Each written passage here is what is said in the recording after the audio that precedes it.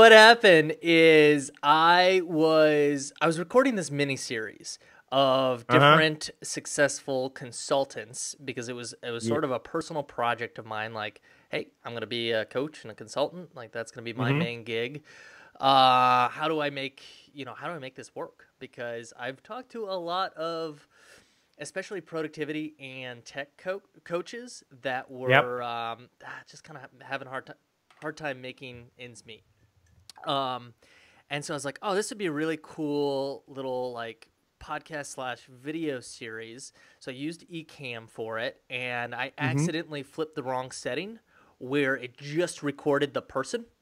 And I was like, oh, this looks good. Oh, no. It looks good. Oh, it looked good. Okay. Oh, no. Right. Well, one, you look good. So you can see the All little stubble and your sexy microphone and your action figures in the background. And two, it's just like, what takes some pressure off me. I can like wail around and do whatever you want. Move my hands and do whatever I want. And, but I actually just liked how it keeps the focus on the main person. And I'm just this weird voice in the background, maybe you asking questions or whatnot. I imagine like this, it's going to be 90% of the people are going to listen to it versus like 10% will watch the YouTube videos. But I thought it was like a nice, just get both ends of the perspective there. Cool. Awesome. Yep. I'm cool. How, by the way, when are you on the Work Success Summit or whatever? Productivity Success Summit. I don't know. Have you been promoting it? I have not.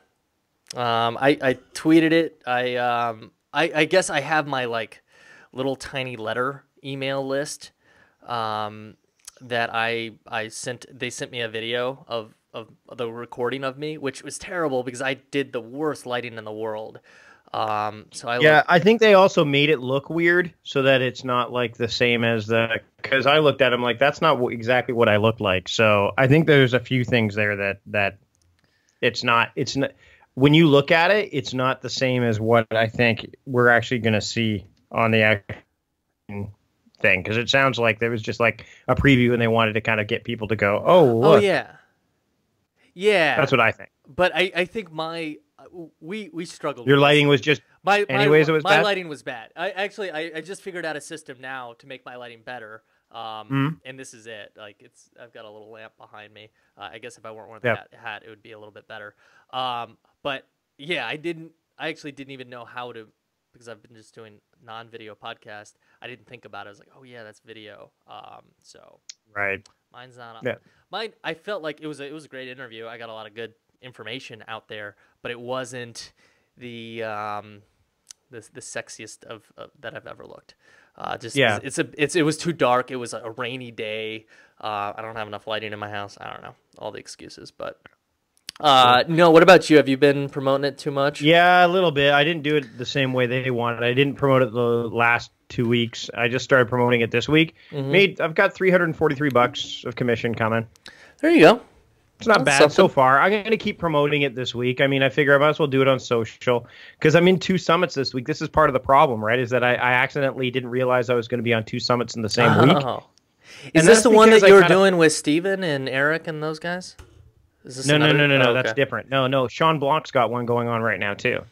Oh, I didn't realize. So I'm on that one as well, and that's the one that here's the worst part is that I didn't have my head wrapped around it. I was on both my talks were today. Oh, they both summits. Oh man.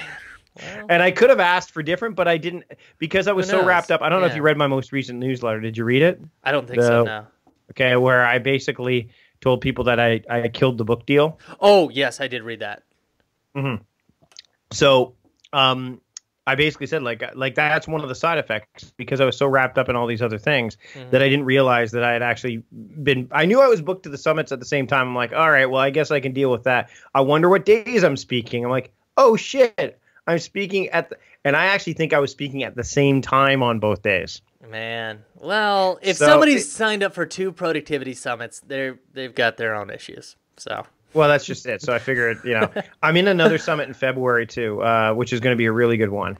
Another good one. And then the one that Eric and Laura and Steven and I are working on, we're probably going to delay that significantly. We were going to do it in January, but It's funny. As soon as I sent that email out, Eric replied like, on the heels of Mike's email, which is totally topical. Oh yeah. I'm gonna have to press pause on this. And then even Steven piped up and said, yeah, his business is ramping up. Yeah. So I'm like, all right, well, I guess he's doing Life Skills That Matter. Just got into iTunes the other day. Give your boy a 5-star review. He's doing 5 days a week. It's crazy. That's a lot. Yeah, that's a lot. I actually have to get him some stuff today. I owe him. I've got a link that I got to get to him. Oh, okay. Before end of day, and then a picture of the of my titanium board, which I have to mock up something for him.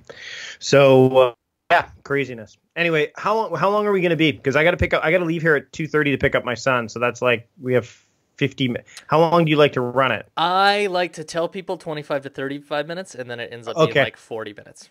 So. Okay. Well, why don't we get started then? Yeah, that sounds good. And here, I'll just start the recording early, just in case. And I'm wired. I've got everything. Should be no issues here. Cool. I just want to make sure I don't miss anything, so I'm gonna go through my checklist. Your name is Mike Vardy. My name is Zach Sexton. Your audio sounds good. Mine sounds fantastic. Sorry, I didn't think mine sounded all that great with your interview. Was there? Oh, well, bygones. I don't know. That would be John, not me. Yeah, I thought it sounded a little more muffled than I normally do. Dropbox syncing, beep. Okay, just like a heads up. So this is I'm recording. My goal is 20 this month, so I can have like a nice little cushion in the bank to launch in February. The show is tentatively, although now becoming more definitely, called Able, because I've been saying the word on the air, as in just be more able in work and life. And it's the productivity show Redux. Their Asian Efficiency's taking the productivity show just a complete techie way, and I am. Oh, really? Yep. And I'm continuing on the interviews with inspiring people to uncover the best methods, resources, systems, techniques to help them reach more of their goals and have more control and abundance in their life. So you are perfect for this. The time of year is awesome for it. I honestly didn't do a lot of research because I sort of know your system, and I would just love for you to sort of explain it to the peoples that will hopefully be listening to my podcast when it comes out. So, you ready? For me. Cool. Yep. Welcome to Able. My name is Zachary Sexton, and today I have with me good friend, fellow productivityist. He's actually the productivityist. I can't say I'm the productivityist. But Mike Vardy. Welcome, Mike. Thanks for having me, Zach. Really appreciate it. Hey, appreciate you coming on. Appreciate you combing your hair. I'm wearing a hat. Yeah. I'm doing some video recording of our conversation. So for people who want to know what your workspace looks like, go to the show notes, and we'll have the link to the YouTubes where we'll be coming on. And right now, as we're recording it, this is December 6th. So we've got X many days until the new year. Not many of them, and it's February as you're likely listening to this, because Mike was good enough to be on my top 10 interviews. And so New Year is something that people think about. New Year is just kind of a time where people come back and they reflect and they drink champagne and they make resolutions. But I think you and I have a similar perspective on New Year's resolutions. That they might not be the best strategy out there, and that there might be some better strategies out there. So, if I missed anything in your bio, Mike, please fill people in, because they might not have heard of you, although I'd be surprised. And I'm seeing if I can make you blush. And yeah, let's talk about this. It's the new year technically. Yeah. I think first off, you know that I don't start my year in January anyway. I do know this. In fact, February is my mid-year point. I start my year in September. And the reason I do that is, and I'm not alone, by the way. I'm not alone when I do this. Gretchen Rubin starts her year in September. Comedian Martin Short starts his year in September. And, most of these people have married it with the school year. And I have 2 school-age children, so that makes a lot of sense. But also, I look at the summer as kind of like the period, especially for the kind of work we do, Zach, where people really aren't interested in July and August to spend too much time on boosting their productivity. If anything, it should be the dividends that they get from doing it all year round that they can get the payoff, at least in the northern hemisphere, for July and August. If you're in Australia and that, then maybe you might want to flip it so that your end of your year is actually right now, because it'll be summery weather down there. But I'm not a big believer not only in not starting your year in January, but resolutions I don't find terribly effective. Studies have shown that 92% of resolutions fail. There's been a wide variety of data out there. And I don't think it's entirely because people don't plan it and their intentions aren't there. I think it's their ability to pay attention to it. That's a struggle. January 1st, you say, I'm going to start, working out more. I'm going to hit that gym. You go to the gym January 2nd and you can't find a parking spot, let alone get in the gym to use any equipment. Why? Because everybody's there. And, if you wait till February, you're going to have more likely a shot to do that because, at that point in time, half the people or 92% of them, even more, will no longer be, hitting the gym as hard. So I think it's important to note the time of year. And I've written a book called The Front Nine. I wrote a few years ago called Front Nine, How to Start the Year You Want, Anytime You Want. And my belief is that you could start the year you want anytime. You could really, January is one of the worst times to start as far as I'm concerned, because especially in America, the holiday period really starts on Thanksgiving, which is 6 weeks of, eating a lot, holiday shopping, family visits, all that going on. And then on December 26th, it's like, okay, what new awesome thing am I going to start 5 days from now? Mm-hmm. It just doesn't, your energy level is generally at its lowest at that time of year. So I prefer January to be the month of like reflection, renewal, rejuvenation, that kind of thing, because then you can set things up for the months ahead. And when I used to start my year in February, which is what I used to do, I used to start my year on Groundhog Day because I didn't want any year to look like the year before, kind of an homage to the Groundhog Day movie with Bill Murray. But now it's my mid-year mark because if September through January is my first half of my year. So for me, February 2nd is kind of like a reassessment or reset. So we've just come past that point. I can tell you that for the first 3 months of my year, I did not live up to the 3 words that I choose for my year, which I'm sure you're going to ask me about a little bit later.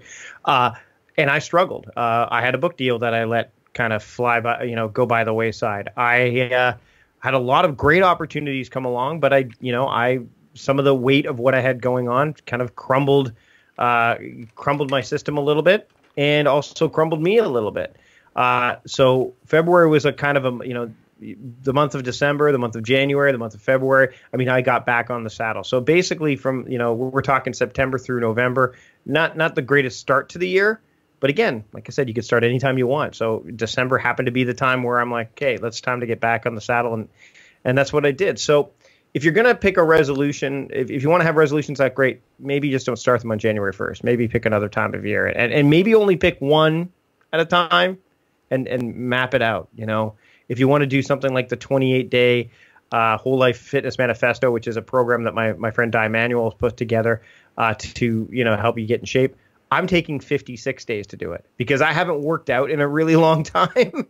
And 28 days of high intensity workouts coupled with my couch to 5K running that I'm doing, I would injure myself or worse, I would hate doing it. My likelihood of keeping it up would be far, far lessened. So I'm spreading it out. So you just need a personalized process. And I think not enough people do that. Yeah. So not an ideal time. And then also your eyes being a little bigger than your your body, your stomach, the rest of your organs can handle, and you even just admitted and said to everyone that, hey, it happens to you too. You had a lot of great opportunities, and a few too many got piled on, and some things had to go. You had to reassess. I'm in the same boat here too. I had planned out I'm a fan of Brian Moran's 12-week year. So rather than planning out a whole year, is trying to get 90 days or 12 weeks and then the 1 week to plan it. So I made this plan, and I'm starting a new business, and I thought this plan was great, and I was going to implement this plan, and then things changed. And, I had to reassess. And after a day or two of like, what am I doing? I just like, okay, well, it's the end of November. And then we got December ahead of us. And, well, like this time of year, from a productivity perspective, people aren't necessarily ready to like start implementing getting things done or make that new business goal or rejigger their calendar or whatever it is that I help people with, those are some of those things, not all of the things. Which actually, side note, listen to that GTD podcast. It was very good. I'll put that in the show notes. Completely unrelated, but just a really good podcast that Mike put together with another productivity coach. But I was like, okay, well, time to reassess. And I think hearing that from you makes me feel a little bit better about that decision, in that, okay, well, what can I do? Well, I like talking with people about productivity, so I'm starting the podcast, and I think it'll be a good way to help people over the long time. It builds momentum too. That's the thing. I was just before we recorded this today, I had 3 podcast interviews lined up for my own podcast today, and the last interview I did, the gentleman that I interviewed, he asked me, like, how is my listenership increased for the Productivity podcast? Like, because I gave him some of the numbers, and he's like, that's impressive. I'm like, yeah, but that's me podcasting for 8 years across several different podcasts, but the key is to be consistent. So it's like anything else, like Seth Godin, every day, blogs every day. And so one of the things that I love about when I design frameworks for productivity, and especially my own personal productivity framework, the Now Year method, is the consistency isn't always the details, like the to-do list stuff or the stuff that appears on the calendar as the detail-oriented stuff. It's more the what. Okay, let's take a look at the year. Okay, the 3 words for the year are, and my 3 words for 2017 are redesign, rebuild, reclaim. What do those mean? I know what those mean internally. I've shared that on a blog post. Share that with my newsletter subscribers. People know what that means. I'll give you the link so you can throw it in the show notes. Okay. The next thing that phases underneath that are my monthly themes. So kind of like, when you talk about the 12-week year, I do map out further than that. But the reason I do is I want to know, okay, where do certain things fit? I don't necessarily map out the individual plan for those months, but I certainly map out what I'd like to tackle in specific months. And you and I both know, having worked online for a while, certain things happen in cycles, right? So, I look at my months, and the way I theme my months is I say, okay, I need to have an overarching focal point. I need to be consistent with that. So here's a list of projects I might want to take on, or a list of goals. Will they hit 2 of the 3 of my words that I have for the year? Yes or no? If it hits 2 of the 3, then it makes the cut. If it only hits 1, nope, it gets pushed off. It doesn't necessarily get eliminated altogether, but it's certainly not going to get covered in the next 12 months. So then I theme all of my months except for those summer months, because that's when my kids are home, and I don't want to they are my overarching focus anyway, but especially during the summers. And then I look at my daily themes, and that's where the consistency comes in. So every day of the week, Monday through Sunday or Sunday through Saturday, depending on how you work your week, each day has a theme, an overarching focus. So even though I do other things those days sometimes, like today, we're recording this on a day where I'd normally be doing my online writing, and normally means that when we're done recording, I'll be doing some online writing. So this is essentially, you disrupted my day, Zach. Is really no, but you had all the choices. Yeah. I gave you the scheduler, which, by the way, I wouldn't mind seeing your scheduler link again. I was wanting to copy it. I couldn't find it. Because you have a very good system that goes with your podcast scheduling. You basically outsource the podcast. You do like everyone do all your research and then come to me.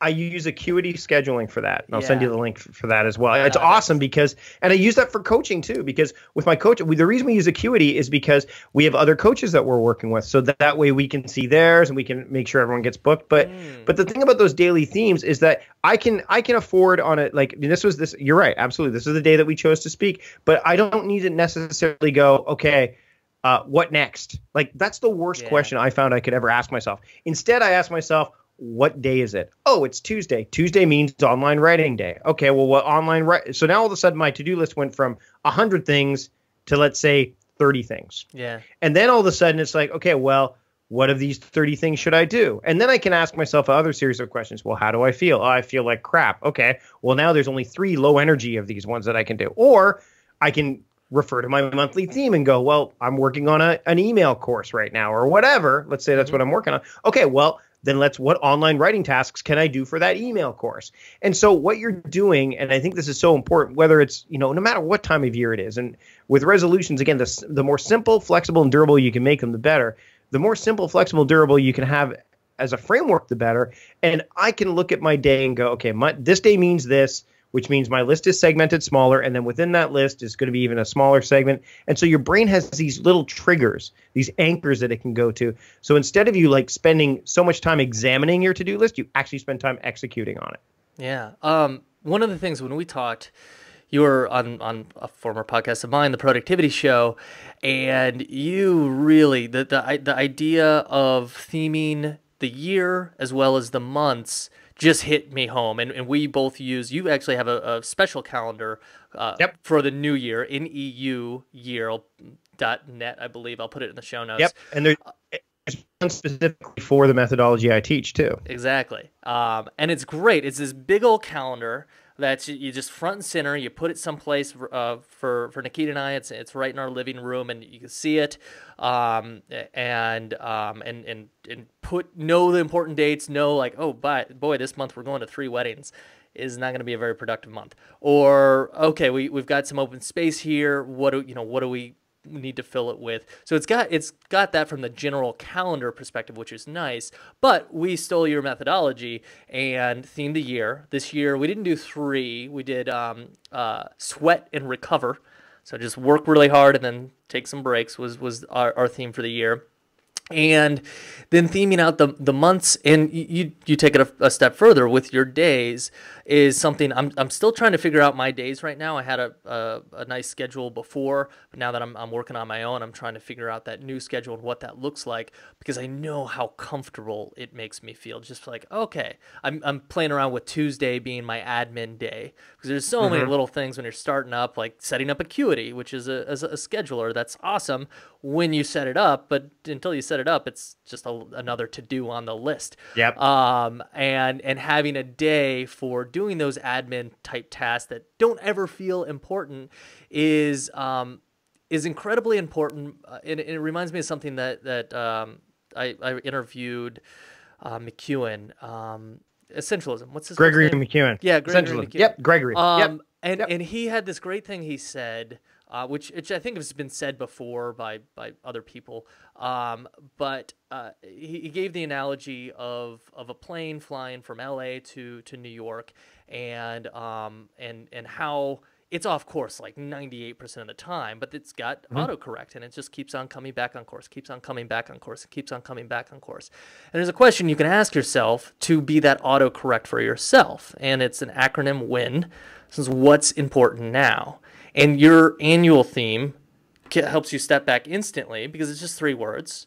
Or I got lazy. I only did 2 words. And that's fine. Some people only do 1. And then the month is another theme. So it's like, okay, is this a rejuvenation month? Is this a work month? Is this a writing month? Is this a business documentation month? Whatever it is, it really helps you then take another step. Okay, is this for the year? Is this for the am I doing okay for the month? Oh, what day is it?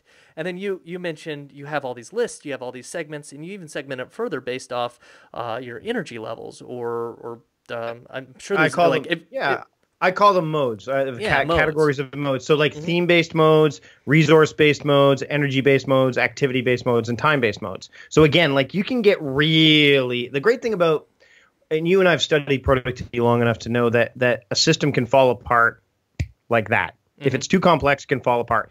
But you need to have something that can scale. It can either scale really, and I wanted to build something that was able to scale to the most intricate of details if somebody wanted to.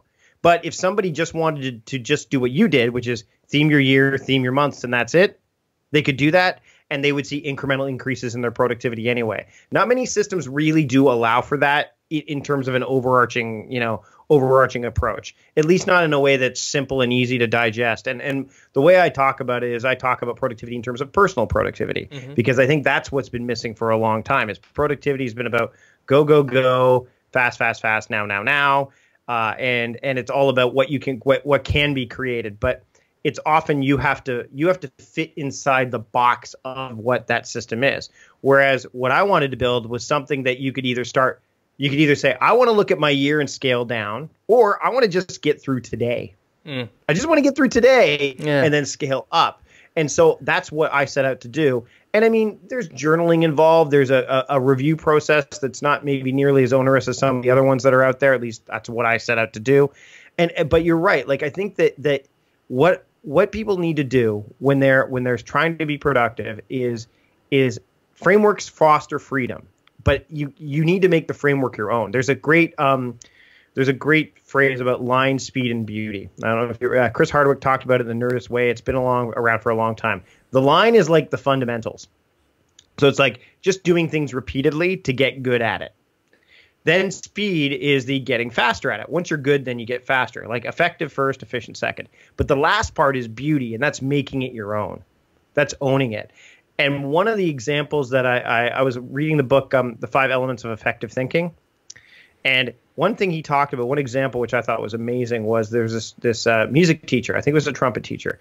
And he asked his students to play like this amazing piece of music, and they all did really, really well, very elegant, and then he said, okay, now play scales or something like that, like something very rudimentary.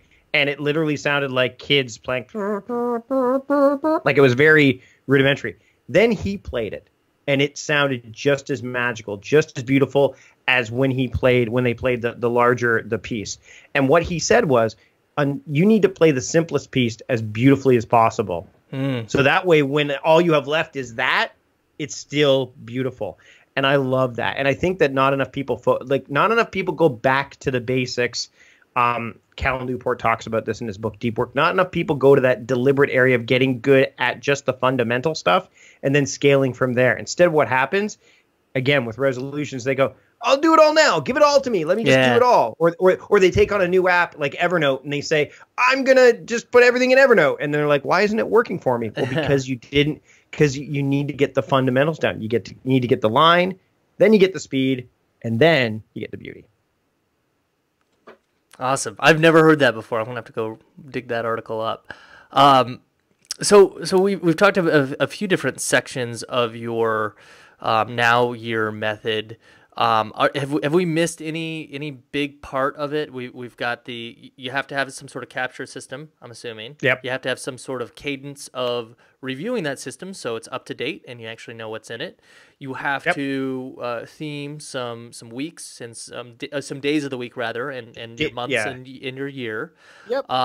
Which honestly, especially if they go to New Year and buy your sexy calendar, is really fun to do. It's like it's a nice big picture exercise. It's not one of those, okay, let's go through my task manager and see all the things that I didn't do the last week. I have a video that actually walks you through the process too. You actually get to see me map out my year, the current one that we're just talking about. So you get to see me do that with the 2017 edition of the calendar. So that's going to be, if you want to hear it from I guess the horse's mouth. Right? Is that what it? Yeah. Then watch that video. You'll see me do it. Not too horsey. Okay. But the other thing is I have what I call the daily map, and I think that's something key. If people are using, whether they're using paper or digital tools, doesn't matter which one you use. And when I had the product Beyond Productivity, which was a virtual workshop that I did to actually walk through the daily map, and then I have some audio programs of how to do it inside of several different popular task management apps. But what it is you in any notebook or in any tool, you have 4 columns. M is the first column, and that stands for mode. And mode is like, what mode do you need to be in to do this? So we talked about the 5 categories of modes. Then there's the A, which is action. So what action are you going to take? Then there's P, which is project or priority, depending on what level you're at with the now year method. And project is normally where people start because that's how we're used to working. Eventually you get to the point of priority, which is this a need to do, which is what the N in now year stands for? Is this an ought to do, which is what the O stands for? Or is this a want to do? And that's what the W stands for. And then the final S is for schedule. So if there's something you need to schedule, like, oh, I need to make sure I prep for this interview before it, so I'm going to do AM, you put AM next to it or whatever time. And so I actually have in all my notebooks, on the left-hand side, sometimes even the right-hand side, I will write down those as soon as I go to a clean sheet. And as I go through it, if like, for example, I want to send you the Acuity link. So I wrote down send Zach Acuity link, and then the mode is email mode because I have to be an email to do it. The project, I haven't put a project down, but I don't have to if I don't want to. Not everything needs a project. And I'm not going to put a schedule down unless I want to. And I use the schedule column very sparingly because I'm not a big believer in scheduling every single task. I think it should fall into during the time of day. I don't need to necessarily worry about that. And then how I keep track of what's been taken out of the daily map, especially on paper, is if it's got a line straight through it, it means that I've achieved it. It's finished. If it's got a squiggly line through it, like, really messy, it means I've axed it. I'm not doing it at all. If I've got a arrow through it, it means I've assigned it. So I've either assigned it to myself in a task manager, the digital one, or I've assigned it to somebody else. But if it doesn't have any of those 3 lines through it, then I haven't made a decision on it yet. So if you could do this with the nice thing about, again, part of the Now Year method is that if you don't even want to do the daily map and you just take that strike through thing I just talked about, the strike through system, and use it on your Post-it notes on random sheets of paper, you can pick up a sheet of paper and go, oh, achieved, axed, achieved, assigned. Oh, I haven't got a line through this at all. I haven't done anything about it yet. Again, we want to give yourself simple things to tether to so that your brain doesn't go, well, I wonder what this means. You know what it means immediately. Oh, that's great. That little scratch-off tip helps me because I occasionally do things on paper, especially if I go out to a meeting or I'm talking with people in person. I don't want them to think I'm just messing around on my phone when really I'm taking notes or putting it into my task manager or calendar.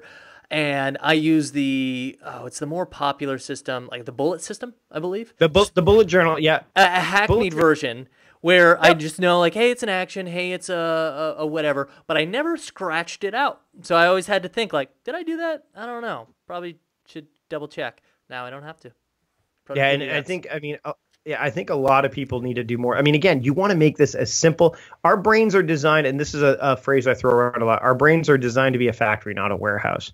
And if you're trying to like scan all this stuff and you're just wasting time and energy. And those are the 2 things you need to be really productive. And so, that's another element of the Now Year method that I think is really critical. And actually, as we're discussing this, I'm in the process of actually taking, that P part of the daily map, which is right now project. But once you go up to the priority level, we're working on, and we've been testing it with clients and also obviously internally with a scoring system. So if you accomplish the needs, you get a certain amount of points. If you accomplish wants, so you can actually have what's called a productivity ROI, a realized objective index. So you could score your productivity on a daily basis. And that's not something that's something I really wanted to make sure that, because a lot of people, you and I are very much about qualified work, like qualifying the stuff you're doing. But, you and I also know that inbox zero is a very real thing. And getting 300 tasks done and checking off a list of saying you've got 14 things done as opposed to, people like to quantify productivity. That will always be there. Well, I wanted to come up with a way that would allow quantity and quality to kind of merge, and I think we've done it with this thing. And by the time this episode is out, it may even be available for people to kind of take a look at. But I'm testing it with clients right now, and with some of my team members, and they're excited. And I've actually got a couple of data people that have looked at it and said, you're onto something here. So we'll see. I haven't really told anybody about this yet either. So this is an exclusive scoop for you. Sneak peek. Yeah, tracking is so effective. My fiance Nikita, just recently over the last 5 months, I believe, lost a significant amount of weight, and it was just tracking. She had an app. It's called My Body Tutor. If you go to mybodytutor.com and you type in what you ate, what you did for working out, what you intended to do the next day, and that was it. She had a coach on the other end that gave her feedback, and purely based off that, just massive. And the tracking is a big part of that. Yeah, and you need setting. Well, and you need to do that, right? I mean, one of the things you'll notice on the Now Year calendar this year, and you probably saw this, was the little boxes in the bottom right corner. That's for you could use that for keeping track of the journaling with the daily log, which is another part of the Now Your method that you're supposed to do every day. But you don't have to. You could say, you know what? I want to keep track of, did I exercise today? I want to keep, and the other great thing is we kept it as a completely blank box, because maybe you want to color it in a different color depending on what you did. Right? Like there's so many things. Yeah. I wanted it to be super flexible because, like the bullet journal, which you've talked about, you need to be able to make it your own, because if you make it your own and personalize it, you're going to use it more, because even when business isn't personal, productivity always is. Yeah. Always. Did Jesse tell you about the boxes? I also talked to Jesse about boxes. No. Boxes. No. Okay, never mind. Offline conversation. No. It's for no. Yeah. Jesse's the guy who makes the New Year calendar. And, yes. And I was in conversation with him. So in this kind of sounds like a lot, because we're talking. It's fast. A lot to it's a lot to unpack. Maybe people are listening to this at double speed, which I know I sometimes do with podcasts, and it could seem overwhelming. So just the point that you keep on bringing home is take what you want with it. The first person I ever was a productivity coach for was my dad. I just got done reading Getting Things Done, and I was just like, did you guys know you can write things down? It's like, it's incredible. You don't have to remember them. It changed my life. I was 26 years old, and I was like, oh, you can write things down. Like, you can put them in your calendar. You can write them on a list. And it changed my life. Like, I went from somebody who was scattered and really had a hard time following through with obligations with other people and myself, too. I would just forget things all the time. And like transformed me. And that's how I got so excited about it. And he had a piece of a Google Doc, just a Google Doc that he wrote all the things down. And it sounds like you probably I'm writing like, so as we're talking about stuff right now, Zach, and I'm saying I'm going to give you this. I used to feel like, I'm on camera right now. I'm like, okay, I don't want to look down totally, but I'm like, no, you know what's most important? I want to capture this stuff, because if I start to not trust people if they don't write things down. I'm so, I 50-50. You know, and here's the thing too. When I do workshops with people, and they've got their devices, right? Like you've got your phone here, and I say I love paper for capture, especially when someone's telling you something. Why? Because if you have a little, and I keep these little Baron Fig notebooks, which I know you know about Baron Fig. Obviously, they're like a notebook. I love their notebooks. They're perfect size. They're well crafted. I keep one with me wherever I go. All my jacket pockets have a pen or pencil now. I had a pen accident in one of my jackets once, so now they're all pencils in my jacket pockets. And what I do is, if someone's telling me something, I don't whip out my phone and go like, all right, let me, because how do you know what I'm doing? I could be tweeting. I could be responding to a text. They're probably tweeting, probably Snapchatting, typing in, Zach is talking to me on Snapchat or whatever. And then, but if I write it down, and especially using a tool like the daily map, where it's like, Zach wants to know about Acuity scheduling. Under the action, I put send Zach Acuity scheduling link. Under the mode, I put email, nothing under project, nothing under schedule. And by the way, with the daily map, just a sidebar, every action needs a mode. Every action, because you need to have something at your disposal. You never, ever, ever work by action, because otherwise you're going down the list like just a straight up laundry list. You need to work either by mode, by project, or by schedule. But having that stuff down on paper, I look at paper as like the satellite to my major system, or the gateway. It's either or. A lot of people like to use paper as their full-on planning, and I think that's fantastic, and that's why I love the wall calendar, because that's my first point of contact. Like you were saying, I look at this calendar and go, you know what?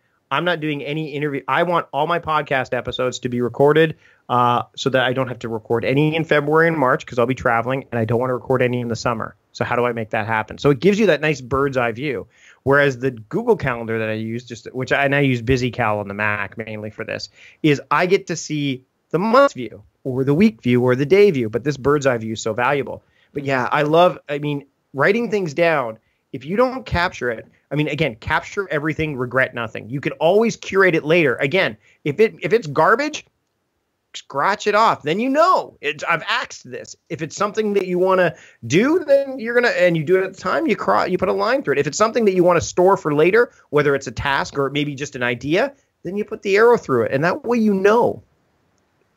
Have you copyrighted that yet? Capture everything, regret nothing. I love that. No, not yet. But I've said it. I'm a big believer in fair use, and I've said it often enough. So if I had to copyright it, I could go back and say, look, I said it on the internet first in 2013.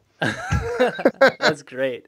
I wanted to make the title of this show why just something clickbaity like why New Year's resolutions don't work. Do this instead. But now I don't know.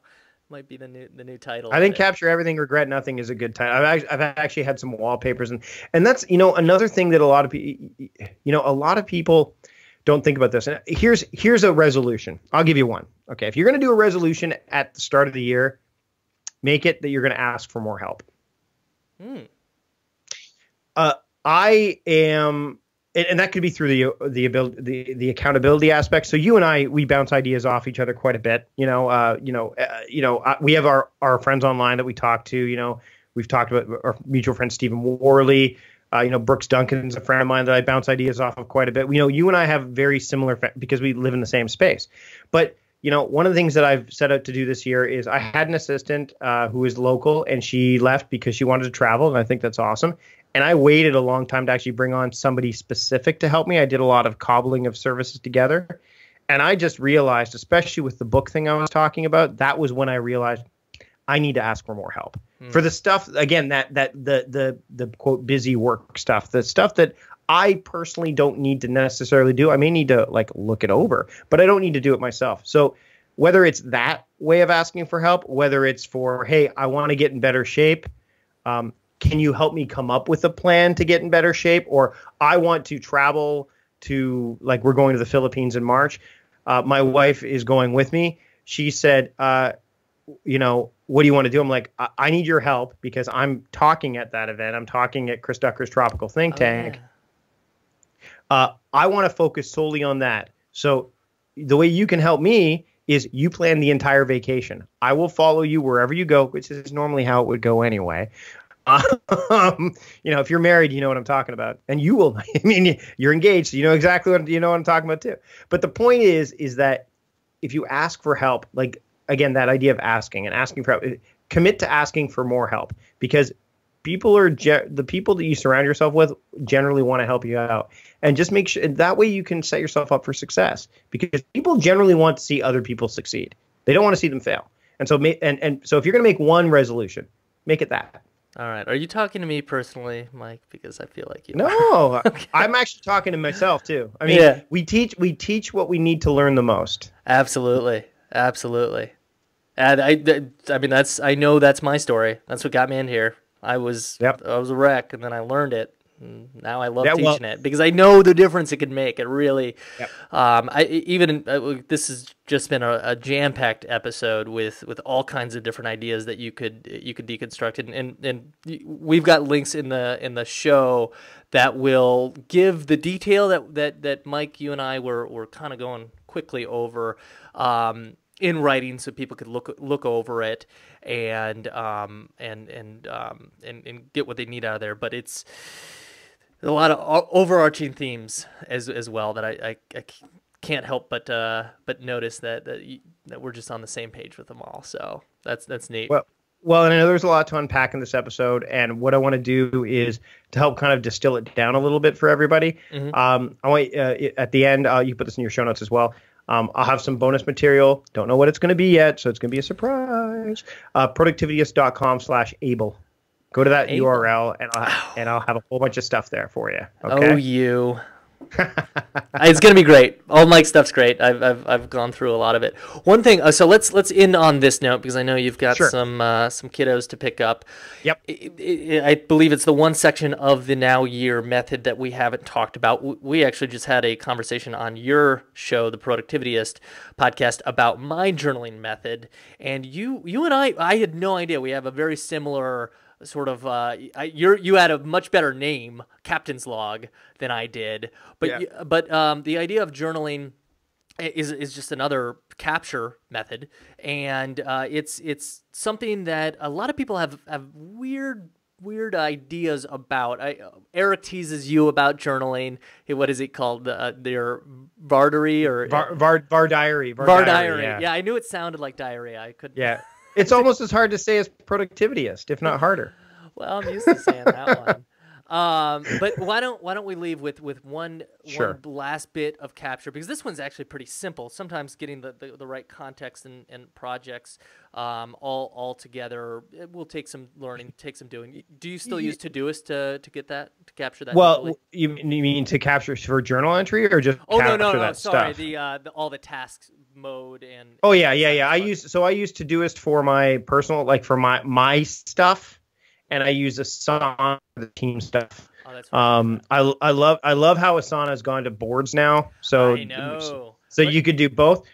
4 but people you can only texted do me, and 2 people tweeted at me when that happened, because I talk about how much I love Trello, and they're like, Asana did it. Yeah, but the tricky part is, and a lot of people were kind of miffed by this, myself included initially, but I got over it pretty quickly, is you can only do it for new projects. So you can't take existing projects and change them into boards. Okay. But that's, to me, that's fine. I mean, I'm not overly, most of the things that are in, actually, to be honest, most of the things that were in boarded form that needed to be in boards was in Trello anyway, because that's where I run the podcast out of, because my podcast producer, John Polstra, loves working in Trello. So yeah, I use that. And I use Todoist, again, like the stuff I put in there, speaking of capturing, like I have things in there, like put up Christmas decorations, and it shows up on December 1st. Now, one thing about a to-do list app or any task management app is not all of them have start date and end dates. Most of them don't. But no matter what date you put in there, don't call it the due date. Call it this is the date that I want it to get my attention. Because, I mean, I had on December 1st, put up Christmas decorations. But that fell on a Thursday in 2016. My family day is Saturday. That's when I'm going to do it. So all I did was I saw it that day and said, oh, moving it to Saturday. And I actually did move it to that Saturday. I could have moved it to the following Saturday, but all those dates in task managers generally are this, like a gentle reminder, or I want this is my intention, the task. I want it to get my attention on this date. Because if you make it a due date, then you're not being proactive. You're being reactive. It's just a digital put it in front of the door. Like, oh yeah. Todoist doesn't even call it due date. They call it schedule. Because it's like, what are you scheduling for? Oh, I'm scheduling it to see it. That's it. So, there are a lot. You can use paper, you can use whatever tools you want. The key is, if you go into a tool without a framework or an approach, then you're going to be at the mercy of the tool, number one, which means you're not going to enjoy it as much as you probably should. And number two, it may not be the right tool for you. You may find that down the line, like a lot of people went into Evernote thinking, oh, it's going to be great for task management. Evernote is a crappy task management tool. It's great for holding lists. And I often have review camping checklist. And then inside Todoist, there's a link to the Evernote note that has the camping checklist in it. So again, you're building that linkage, but I would never put like a task in Evernote, because it's not designed for that. So, do some homework on this stuff. Don't just jump right into it. And, make, again, line, speed, beauty. Get good at it, get fast at it, and then make it your own. Yeah. The capture part is the first part. Then move on from there. Capture, get comfortable putting things in the calendar. Get comfortable putting it on, if it's Google Doc, or if it's if you're working a business environment, Asana or Trello or whatever. No matter how stupid the idea is. The gut check should be like, you should never ask the question, should I capture this? The answer is always yes. It doesn't matter if it's whether you're going to do it today, tomorrow, 10 years from now. You're not going to do it. Or necessarily it's if you've decided what the action is. Like there's some things that I wrote down, just sort of line, speed, beauty. Like I'm just going to Google that, and then like that, that's the end. There's no real action there. See, so that's your mode. I guess Google. The actual, and see, the other thing about the daily map, which I like too, is a lot of people, and you and I know this about GTDs, they struggle with the verb, right? Like they'll put things down like milk. Okay, well, we know that it probably means buy milk, right? So if you have the mode errand mode. Well, errand milk, well, that means, like, you can put those two together. So in your case, if you put line, speed, and beauty in your action column, then the mode would be maybe Google. Yeah. I've got a research and review mode. Yeah, so there you go, research mode, right? So you just, and then the nice thing is you can, and the way that modes work, not dissimilar to contexts in terms of GTD, is you say, okay, I'm going to look at all the research right now. So you could group it by that. I rarely work by project. I will work by project when I need to, but I don't like to work that way because it has me moving all over the place. I can't get really into a state of flow nearly as easily as if I'm in research mode or in reading mode or in high energy, shallow work mode or deep work mode or whatever. So I like having 3 different ways to look at my work, either by schedule, by project or priority, or by mode. And I mean, never, ever work by. So 2 rules from here: capture everything, regret nothing, and never, ever work by action alone. All right. Okay. Well, you've got 3 minutes. I think we both have 3 minutes. So you mentioned Evernote, not the best place for your actions. That's actually the place I use for my journaling, which I prompt myself with some questions, and we'll talk about this in another episode. I actually just wrote a lengthy blog post that, thanks to you, got done because I had to get it done before the podcast went live on my journaling method. But you've got a very similar one. It's a log of your day. Yep. Can you tell me why you do this? Why is this part of your method? What are the benefits of it? So the daily log is what I do every single day, and it's the last thing I do. I only do it. I'm more of a night person, so I do it at night. I want to recap my day, and what it does is basically chronicles the day. I use day 1 to do this, the app on the Mac. If you're an Android user, you could use Journey. It's the same kind of thing. I take a picture. So, I've probably taken an Instagram or something throughout the day, so I just grab that, put that in the actual entry. So that way, and I do that at any given time of day. And that way, when I open up that entry, I can go, oh yeah, that thing. So it acts as a trigger. And I just write, free write, like free form. Sometimes my entries are 5 minutes long. Sometimes I go on. And I often dictate them at that time of night. So I'll hit the dictation button and just speak them. And I don't edit them very often because no one really sees them except for me. I go in.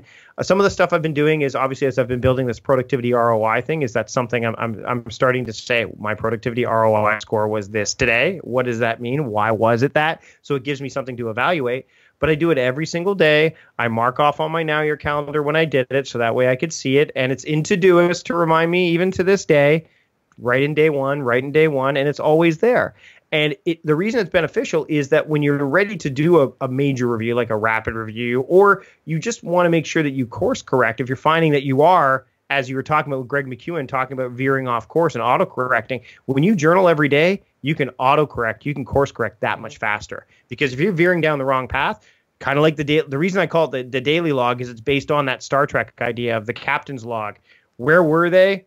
Where are they now? Where are they going? Right? That's really what every log said. And so what you would do is if you're veering too far off course, it kind of allows you to bring you back. And I read my journal entries every 2 weeks as part of my rapid review. It's what the R in rapid stands for. And it really allows me to figure out, okay, where was I? Where was I headed? And where am I now? And okay, it gets me off and running when it comes to the review process for sure. When you described how you do this journal entry, I just pictured a bowling ball going down the lane, and you've just got your bumper guards up. Like, you're not even playing real bowling. Like, you got the kid bumper guards up. You got Todoist, boom. Oh, didn't miss that. You've got a natural habit or ritual because you do it at the same time. Boom. Oh, I'm gonna do that. Oh, you've got it to track it in your calendar. Like, it's just like. You don't have to worry about the execution because you've set up so many little things to keep you on track. That's something I read it every quarter, and then I read it again on January 1st. The only thing on January 1st that I do that's probably related is on January 1st I read my entire journal from the year before. All right. Well, Mike, which is crazy. It's a lot of but you learn a hell of a lot when you do that. And so I think it's so important. I've had a blast, buddy. Thanks for having me. It's been a blast. We got to do this early and often. Regret nothing. We'll capture all of our conversations, and we won't regret it at all. Really appreciate it. Year of asking for help. You've already helped me out by being an awesome guest on this new podcast. So thank you, and look forward to connecting more in 2017. Thanks again, buddy. And again, everybody, there was a lot to unpack here. So if you want to go to productivityist.com/able. I'll have more there for you to either distill it down or to simplify it for you a little bit if you need to. But thanks, Zach. I had a great time. Awesome. Thank you. Boom shakalaka. That was fucking